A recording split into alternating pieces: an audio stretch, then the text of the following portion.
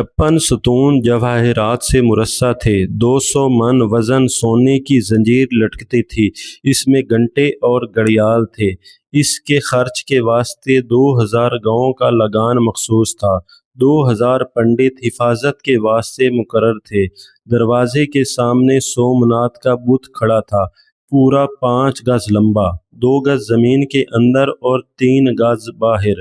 دریائے گنگا اگرچہ 600 کوس کے فاصلے پر تھا، مگر سومناتھ کو اشنان کرانے کے لیے روزانہ تازہ گنگا جل آتا تھا۔ دولت اس مندر میں اتنی جمع تھی کہ کسی راجا کے خزانے میں نہ ہوگی۔ اس کے علاوہ سومناتھ نہ صرف جنگی بلکہ سازشی مرکز بھی تھا۔ سومناتھ نہایت مضبوط قلعہ بند جزیرہ تھا۔ گجرات کے مغربی ساحل سے ایک پتلی سی پٹی اسے خشکی سے ملاتی تھی۔ اس پٹی پر فصیلیں بنا دی گئی تھیں۔ غزنی سے یہاں آنے کا راستہ جنوبی سندھ اور کچھ سے تھا، مگر محمود راجپوتانہ کے ان راستوں سے آیا جس کا وہاں کے باشندوں کو خیال بھی نہ آیا ہوگا۔ چنانچہ جب وہ یکا یک کاٹھیا واڑ کے پایا تخت انل واڑہ کے میدان میں نمودار ہوا تو راجا اور رعایا سب حیران رہ گئے۔ راجا بھاگ کر کہیں دور چلا گیا۔ سلطان کا لشکر بلا روک ٹوک گجرات میں داخل ہو کر سومناتھ کے سامنے جا پہنچا۔ یہ سارا سفر غیر معمولی جرأت اور سلطان کی اعلیٰ قابلیت کا ثبوت ہے۔ سلطان محمود نے دیکھا کہ یہاں کا قلعہ بلندی میں آسمان سے باتیں کر رہا ہے۔ اسے یہ دیکھ کر بھی حیرت ہوئی کہ اہل سومناتھ قلعے کی دیواروں پر کھڑے اس کی فوج کو دیکھ دیکھ کر چلا چلا کر یہ کہہ رہے ہیں کہ ان کا بڑا بت مسلمانوں کو یہاں کھینچ لایا ہے تاکہ سب کو ایک ہی بار ہلاک کر ڈالے۔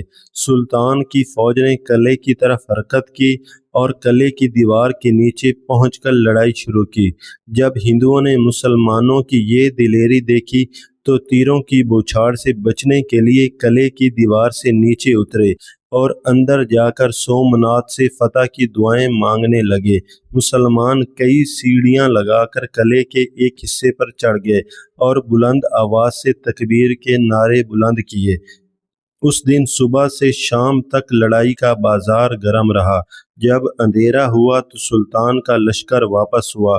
دوسرے دن پھر انہوں نے قلعے پر حملہ کیا اور تیروں کی بارش اور نیزوں کی ضربوں سے ہندوؤں کو قلعے کے اس حصے سے پسپا کر دیا اور پھر پہلے روز کی طرح سیڑھیاں لگا کر چاروں طرف سے حملہ کر دیا۔ اہل سومناتھ نے مختلف گروہ بندیاں کی، سومناتھ سے لپٹ لپٹ کر روئے اور فریاد کرتے ہوئے سلطان کی فوج پر پل پڑے۔ وہ اتنا لڑے کہ سب کے سب ہلاک ہو گئے۔ تیسرے روز ہندو راجاؤں کے وہ لشکر جو سومناتھ کی مدد کو آئے ہوئے تھے سلطان کی فوج کے سامنے آ کر صف آرا ہو گئے۔ محمود نے اپنی فوج کے ایک حصے کو ادھر روانہ کر دیا۔ بڑی شدید لڑائی ہوئی۔ میدان میں خون کی ندیاں بہہ گئیں۔ ہندو بڑے جم کر لڑ رہے تھے۔ آخر محمود نے عام حملے کا حکم دیا۔ اس حملے سے دشمن نہ سنبھل سکا، اسے سخت شکست ہوئی۔ 5000 تو میدان میں کام آئے، باقی کشتیوں میں سوار ہو کر بھاگ گئے۔ سلطان نے پہلے ہی فوج کا ایک دستہ ادھر بھیج دیا تھا، چنانچہ بہت سے ہندو سمندر میں غرق ہو گئے۔ اندر قلعے والوں کا دل بیٹھ گیا اور انہوں نے ہار مان لی۔ جب قلعہ فتح ہو گیا تو سلطان محمود اپنے امیروں وزیروں کے ساتھ مندر میں داخل ہوا۔ پجاری جو مندر میں رہ گئے تھے گڑ گڑائے کہ بہت سا مال قبول کر لیا جائے اور بت نہ توڑا جائے۔